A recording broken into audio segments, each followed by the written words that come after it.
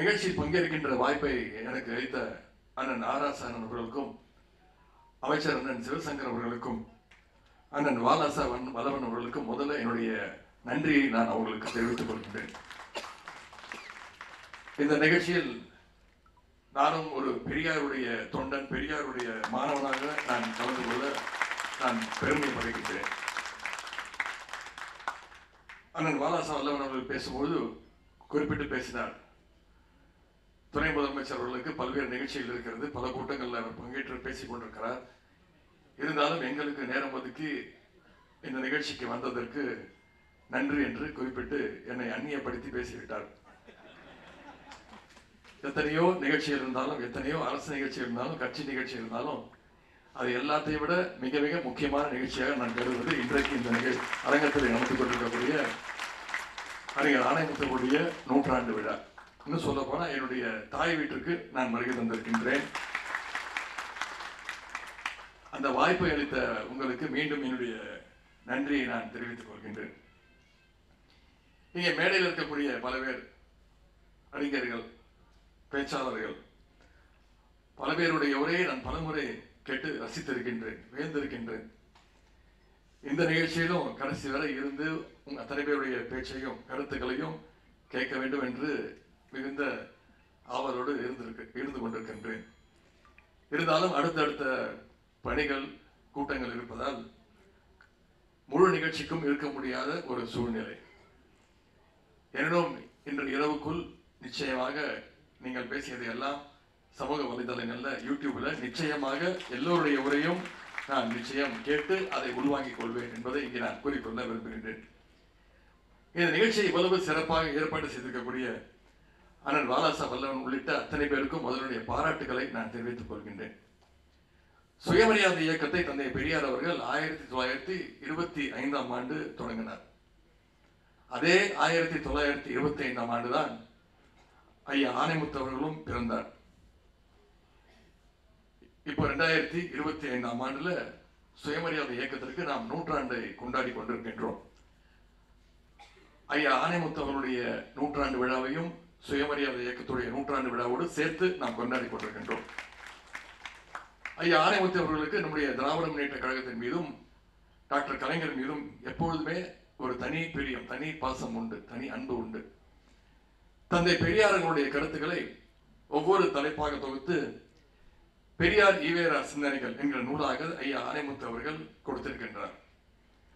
1974 அன்றைய முதலமைச்சராக இருந்த கலைஞர் அவர்கள் ஐயா ஆணைமுத்து அவர்கள் தொகுத்த பெரியார் ஈவேரா சிந்தனைகள் முதல் பதிப்பை வெளியிட்டு சிறப்பித்தார். அது மட்டுமல்ல, இங்கே அண்ணன் வாலாசாவன் பேசும்போது குறிப்பிட்டு சொன்னார், அந்த தொகுப்புகளுடைய மறுபதிப்பையும் 2010ஆம் ஆண்டு அண்ணா அறிவாலயத்தில் நம்முடைய கலைஞர் அவர்கள் தான் வெளியிட்டார்கள். அந்த விழாவில் நம்முடைய முதலமைச்சர் கழக தலைவர் அவர்களும் கலந்து கொண்டு சிறப்பித்திருந்தார். எனவே வெறும் கலைஞருடைய பேரனாக மட்டுமல்ல, இன்றைக்கு நான் பெரியாருடைய பேரனாக, பேரறிஞர் அண்ணாவுடைய பேரனாக, பெரியவர் ஆணைமுத்தருடைய பேரனாக, கொள்கை பேரனாக இந்த நிகழ்ச்சியில் நான் கலந்து கொண்டதற்கு மிகுந்த பெருமை அடைகின்றேன். பெரியாருடைய தொண்டர்களுக்கு ஒரு சிறப்பு உண்டு. பெரியாருடைய தொண்டர்களை எல்லாரும் சொல்லுவாங்க, துறவிகளை விட தூய்மையானவர்கள், துறவிகளை விட மேலானவர்கள் என்று பெரியாருடைய தொண்டர்களை அனைவரும் சொல்வார்கள். அதற்கு உதாரணம், மிகச்சிறந்த உதாரணம் தான் ஐயா ஆணைமுத்து அவர்கள். 1956 தான் செஞ்சிருந்த பணியை விட்டுவிட்டு பெரியாருடைய கொள்கை பணிக்காக தன்னை அர்ப்பணித்துக் கொண்டவர் தான் திரு ஐயா ஆணைமுத்து அவர்கள். சிந்தனையாளர் இதழை தொடங்கி தனது இறுதி காலம் வரை அதை நடத்தி வந்தார். இப்பொழுது அந்த இதழை புதிய சிந்தனையாளர் என்ற பெயரில் நம்முடைய அண்ணன் வாலாசா வல்லவன் அவர்கள் நடத்தி கொண்டிருக்கிறார். கலைஞர் அவர்களிடம் ஆணைமுத்து ஐயா அவர்கள் ஒரு கோரிக்கை வைச்சார். அது என்ன கோரிக்கைன்னா, தந்தை பெரியாருடைய சிந்தனைகளை போல அண்ணாவுடைய சிந்தனைகளையும் நீங்கள் தொகுத்து வழங்க வேண்டும், புத்தகமாக வழங்க வேண்டும் என்று ஒரு கோரிக்கை வச்சார். ஐயா ஆணைமுத்து காலத்தில் நடக்கவில்லை என்றாலும் இங்கே வந்திருக்கக்கூடிய அண்ணன் புலவர் செந்தலை கௌதமன் அவர்கள் அண்ணா அறிவுக்கொடை என்று அண்ணாவின் எழுத்துக்கள், பேச்சுகள் அனைத்தையும் தொகுப்பாக கொண்டு வந்திருக்கின்றார். ஐயா ஆணைமுத்து அவர்கள் எழுத்து பணியோடு மட்டும் இருக்கவில்லை, அவர் களப்பணியிலும் ஈடுபட்டார். தமிழ்நாட்டில் மட்டுமல்ல, பீகார், டெல்லி போன்ற வட மாநிலங்களுக்கு சென்று சமூக நீதிக்காக குரல் கொடுத்திருந்தார். வட மாநிலங்களில் பல தலைவர்களை சந்தித்து மண்டல் கமிஷன் அறிக்கையை நடைமுறைப்படுத்த வேண்டும் என்பதற்காக குரல் கொடுத்தார் ஐயா ஆணைமுத்து அவர்கள். இன்றைக்கு பிற்படுத்தப்பட்ட மக்களுக்கு ஒன்றிய அரசினுடைய கல்வி நிறுவனங்கள்ல வேலை வாய்ப்புகளையும் இடஒதுக்கீடு கிடைத்திருக்குன்னா அதற்கு ஐயா ஆணைமுத்து அவருடைய உழைப்பு யாராலும் மறக்க முடியாது, மிக மிக முக்கியமானது. ஐயா ஆணைமுத்து போன்ற பெரியாருடைய தொண்டர்கள் இன்றைக்கு தமிழ்நாடு முழுக்க நிரம்பி இருக்கின்றார்கள். எந்தவித பலனையும் எதிர்பார்க்காமல் சமூகத்திற்காக மக்களுக்காக தங்களை அர்ப்பணித்து உழைத்துக் கொண்டிருக்கிறார்கள். அதற்கு இந்த மேடையே மிகச்சிறந்த உதாரணம். அண்ணன் சுபவி அவர்கள், அக்கா அருள்மொழி அவர்கள், அண்ணன் கோவை ராமகிருஷ்ணன் அவர்கள், அண்ணன் கொளத்தூர் மணி என அத்தனை பேரும் இன்றைக்கு தங்களுடைய வாழ்க்கையே பெரியாருடைய கொள்கைக்காக அர்ப்பணித்துக் கொண்டு வாழ்ந்து கொண்டிருக்கிறார்கள். பெரியார் தொண்டர்களுடைய அந்த தன்னலமில்லாத உழைப்பு தான் இன்றைக்கு தமிழ்நாட்டை சுயமரியாதையோட மண்ணாக மாற்றி வைத்துக் கொண்டிருக்கிறது. இங்கே பக்கத்தில் இருக்கக்கூடிய ஒருவர் உங்களுக்கு தெரியும், கிண்டியில் இருக்கக்கூடியவர் தமிழ்நாட்டுடைய ஆளுநர் ரவின்னு ஒருத்தர் இருக்கின்றார். நம்முடைய நண்பர் தான் அவர். அவர் தேர்தல் பிரச்சாரத்தை ஆரம்பித்து விட்டார். பாசிச பாஜகவுக்கு தேர்தல் பிரச்சாரம் செய்வதாக நினைத்துக் கொண்டு நமக்கு செய்து கொண்டிருக்கிறார். ஒரு 3 நாட்களுக்கு முன்பு ஒரு நிகழ்ச்சிக்கு போய் பேசியிருக்கிறார். தமிழ்நாடு போராடும், தமிழ்நாடு வெல்லும் அப்படின்னு தமிழ்நாட்டுக்கு எங்க போனாலும் இதே குரலாக இருக்கிறது. எந்த சபத்தை பார்த்தாலும் இதே எழுதி வச்சிருக்கிறீங்களே, யாரை எதிர்த்து போராட போறீங்க அப்படின்னு ஒரு கேள்வியை கேட்டிருக்கிறார். நான் ஏற்கனவே அவருக்கு ஒரு பதில் சொல்லியிருக்கின்றேன். திரு ஆளுநர் ரவி அவர்களே, உங்களோடு தான் தமிழ்நாடு போராடும், உங்களை வென்று காட்டுவோம். பெரியார் தொண்டர்கள் நிறைந்திருக்கிற இந்த அரங்கத்தில் நான் இன்னும் அழுத்தம் திருத்தமாக சொல்ல விரும்புகின்றேன். மாநில உரிமைக்காக தமிழ்நாடு போராடும், சமூக நீதியை காக்க தமிழ்நாடு என்றும் போராடும், மதவெறியை சாதி வெறியை எதிர்த்து தமிழ்நாடு நிச்சயம் போராடும், இந்தி திணிப்பை எதிர்த்து தமிழ்நாடு தொடர்ந்து போராடும். ஒரே வரியில சொல்லணும்னா ஒன்றிய பாசிச பாஜகவை எதிர்த்து தமிழ்நாடு என்றைக்கும் போராடும். இன்றைக்கு ஆளுநர் திரு ரவி அவர்கள் பேசும்போது குறிப்பிட்டு பேசுறார். அவர் தமிழ் கத்துக்கிறாராம், தமிழ் கத்துக்க முயற்சி எடுத்துக்கிட்டு இருக்கிறாராம். நீங்க தமிழ் கத்துக்கணும்னு முயற்சி பண்றீங்களே, அதுக்கு தமிழ்நாடு போராடினது தான் முக்கியமான காரணம். அன்னைக்கு தமிழ்நாடு போராட்டம் இருந்திருந்தா ஆளுநர் ரவி அவர்கள் இன்னைக்கு தமிழ்ல பேசியிருக்க மாட்டார், நாமெல்லாம் இந்தியில பேசிட்டு இருந்திருப்போம். இன்னைக்கு இந்தி திணிப்புக்கு எதிரான உணர்ச்சியை இந்தியாவிலே தமிழ்நாட்டில் முதன்முதலாக உருவாக்கியவர் தான் தந்தை பெரியார் அவர்கள். 1937 தந்தை பெரியார் தான் இந்தி திணிப்புக்கு எதிரான முதல் போராட்டத்தை தமிழ்நாட்டில் தொடங்கி வச்சார். அப்ப தொடங்கி இப்ப வரைக்கும் எப்படியாவது தமிழ்நாட்டில் இந்தியை திணிக்க இன்னைக்கு வரைக்கும் முயற்சி பண்ணிட்டு இருக்கு ஒரு கும்பல். சமீபத்தில் புதிய கல்விக் கொள்கை ஒன்றிய பாஜக அரசு தமிழ்நாட்டுக்குள்ள திணிக்க பார்த்துச்சு. ஆனா தலைவர் அவர்கள் மற்ற மாநிலங்கள்லாம் ஏற்றுக்குச்சு. தமிழ்நாட்டு முதலமைச்சர் வரையும் தமிழ்நாட்டு முதலமைச்சர் மட்டும் அதற்கு குறுக்க நின்றார். ஏன்? புதிய கல்விக் கொள்கை ஏற்றுக்கிட்டா நீங்க தமிழ்நாட்டுக்குள்ள எப்படியாவது குறுக்கு வழியில இந்தி திணிப்பை மீண்டும் ஆரம்பிச்சிருவீங்க, இந்தியை மட்டுமல்ல சமஸ்கிருதத்தையும் கூட சேர்த்து கொண்டு வந்துடுவீங்க அப்படின்னு தமிழ்நாட்டு முதலமைச்சர் அதற்கு எதிர்ப்பு தெரிவித்தார். ஒன்றிய அமைச்சர் திரு தர்மேந்திர பிரதான் அவர்கள், பள்ளி கல்வித்துறை அமைச்சர் சொன்னார், புதிய கல்விக் கொள்கை நேஷனல் எஜுகேஷன் பாலிசியை தமிழ்நாடு ஏத்துக்கலன்னா ஒன்றிய அரசு கொடுக்க வேண்டிய நிதி 2500 கோடியை தமிழ்நாட்டுக்கு கொடுக்க மாட்டோம்னு. நிதினா ஏதோ ஒன்றிய அரசோட நிதி கிடையாது, நாம கட்டி இருக்கக்கூடிய தமிழ்நாட்டு மக்கள் கட்டி இருக்கக்கூடிய வரிப்பணம், நம்மளுடைய வரிப்பணம் கொடுக்க மாட்டேன்னு சொன்னார். ஆனா நம்முடைய முதலமைச்சர் அவர்கள் மிகுந்த தெளிவோடு சொன்னார், நீங்க புதிய கல்விக் கொள்கை மூலமாக இந்தியை திணிக்க முயற்சிக்கிறீங்க, சமஸ்கிருதத்தை கொண்டு வர முயற்சிக்கிறீங்க, நாங்க ஒழிச்சு கட்டின புதிய குலக்கல்வி திட்டத்தை மீண்டும் தமிழ்நாட்டுக்குள்ள கொண்டு வர முயற்சிக்கிறீங்க. 2500 கோடி கிடையாது, நீங்க 10,000 கோடி கொடுத்தாலும் எந்த நாளும் உங்களுடைய புதிய கல்விக் கொள்கையை தமிழ்நாட்டுக்குள்ள நான் உடைய விட மாட்டேன்னு சொல்லி சட்ட போராட்டத்தையும் நன்றி அதை பண்ணி அதையிலும் வெற்றி கண்டவர் தான் நம்முடைய முதலமைச்சர் அவர்கள், நம்முடைய கழக தலைவர் அவர்கள். பாசிஸ்டுக்கால நம்மளை வெற்றி பெற முடியல. இன்னைக்கு நம்முடைய முதலமைச்சர் வெற்றி பெற்றிருக்கிறாருன்னா, நம்முடைய தலைவர் வெற்றி பெற்றிருக்கிறாருன்னா அது தலைவருடைய வெற்றி கிடையாது, அது தந்தை பெரியாருடைய வெற்றி. இன்னும் தந்தை பெரியார் அவர்கள் தான் தொடர்ந்து வெற்றி பெற்றுக் கொண்டிருக்கிறார். அதனாலதான் இது தமிழ்நாடு, இது தமிழ்நாட்டுடைய அரசியல். தந்தை பெரியாருடைய கருத்துக்கள்ல உண்மையும் நியாயமும் முழுக்க முழுக்க இருந்துச்சு. அதனால்தான் தமிழ்நாட்டு மக்கள் இன்னைக்கும் பெரியாரை ஏத்துக்கிட்டு இருக்கிறாங்க. வயதானவர்கள் மட்டுமல்ல, இன்றைக்கு இளைஞர்கள் கூட பெரியாருடைய கொள்கைகளை ஏற்றுக்கின்ற நிலைமை வந்திருக்கின்றது. நாங்கள் திராவிட முன்னேற்ற கழகத்தினுடைய இளைஞர்களின் சார்பாக திராவிட இயக்க கருத்துக்களை, தந்தை பெரியாருடைய கொள்கைகளை பயிற்சி பாசறை வகுப்புகள் மூலமா எங்களுடைய இளைஞர்களை தம்பிமார்களிடம் தொடர்ந்து எடுத்துக்கொண்டு சென்றிருக்கிறோம். அந்த முயற்சிகளை தலைவருடைய கட்டளை ஏற்று அதை செய்து கொண்டிருக்கிறோம். முரசொலியில பாசறை பக்கம், முத்தமிழர் பதிப்பகம் மூலம் திராவிட இயக்கம், திராவிட முன்னேற்ற கழகம், பெரியாரையும் சார்ந்த கருத்துக்களை, வரலாற்றை எடுத்து இன்றைக்கு இருக்கக்கூடிய இளைஞர்கிட்ட கொண்டு போய் அதை சேர்த்து கொண்டிருக்கிறோம்.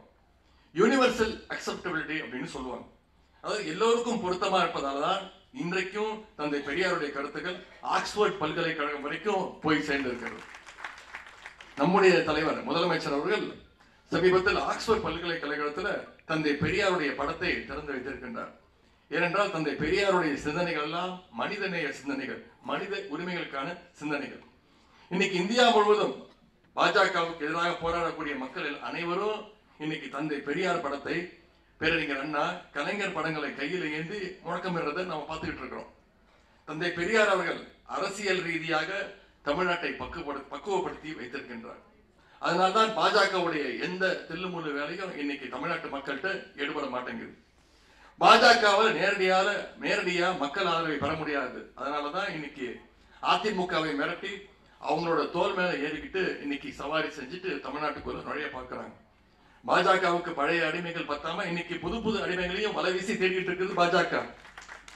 எத்தனை அடிமைகளுடைய துணையோடு வந்தாலும், பாஜக வந்தாலும், தமிழ்நாடு சுயமரியாதை மண் என்பதை 2026 சட்டமன்ற தேர்தல் மீண்டும் முடிவு செய்து அவங்களுக்கு நிரூபித்து காட்டும்.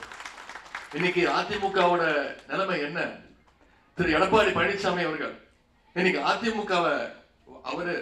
அதிமுக வாடகை எடுத்து இன்னைக்கு அந்த கட்சியை உள்வாடகைக்கு கொடுத்திருக்கிறார். இன்னைக்கு நம்ம சுயமரியாதை இயக்கத்துடைய நூற்றாண்டை கொண்டாடி கொண்டிருக்கிறோம். ஆனா திரு எடப்பாடி பழனிசாமி அவர்களுக்கு சுயமரியாதைனா என்னன்னு கூட தெரியாது. கார் மாறி போனா கூட பரவாயில்ல, விழுகிற காலையும் மாத்தி உள்ளவர் தான் திரு எடப்பாடி பழனிசாமி அவர்கள். தந்தை பெரியார் அவர்கள் ஊட்டிய சுயமரியாதை உணர்ச்சி நம்மளுடைய மக்களுக்கு இருக்கின்ற வரை தமிழ்நாட்டை என்றைக்கும் அவர்களால் தொட்டு கூட பார்க்க முடியாது. தமிழ்நாடு முழுக்க நான் சுற்றுப்பயணம் செல்கின்றேன், இளைஞர்களை சந்திக்கின்றேன், இளைஞர்களை சந்திக்கின்றேன், கழகத்தினரை சந்திக்கின்றேன், அவங்களோட புகைப்படம் எடுத்துக்கின்றேன். ஆர்வம் மிகுதியில் அத்தனை பேரும் என்னோட புகைப்படம் எடுத்துக்கும் போது செல்ஃபி எடுத்துக்க முயற்சி செய்வாங்க. அப்ப நான் அவங்ககிட்ட சொல்லுவேன், தம்பிங்களா, நமக்கு செல்ஃபி முக்கியம் கிடையாது, செல்ஃபி விட முக்கியம் செல்ஃப் ரெஸ்பெக்ட் அப்படின்னு சொல்லுவேன். அதுதான் தந்தை பெரியார், பேரறிஞர் அண்ணா, கலைஞர் நமக்கு கற்றுக் கொடுத்த பாடம். ஐயா ஆனைமுத்து அவர்கள் எழுதிய கட்டுரை ஒன்றில் எழுதியிருக்கிறார், பெரியார் வென்றாரா என்று கேட்டுவிட்டு அதற்கு அவரே பதில் சொல்கின்றார். பெரியார் தோற்றார் என்று சொன்னோம்னா அது ஒட்டுமொத்த தமிழருடைய தோல்வி என்று அர்த்தம்னு திரு ஆனைமுத்து அவர்கள் ஒரு கட்டுரையில் எழுதியிருக்கிறார். எனவே தந்தை பெரியார் அவர்கள் எப்பொழுதும் வெல்வார். பெரியாருக்கு தோல்வியே கிடையாது.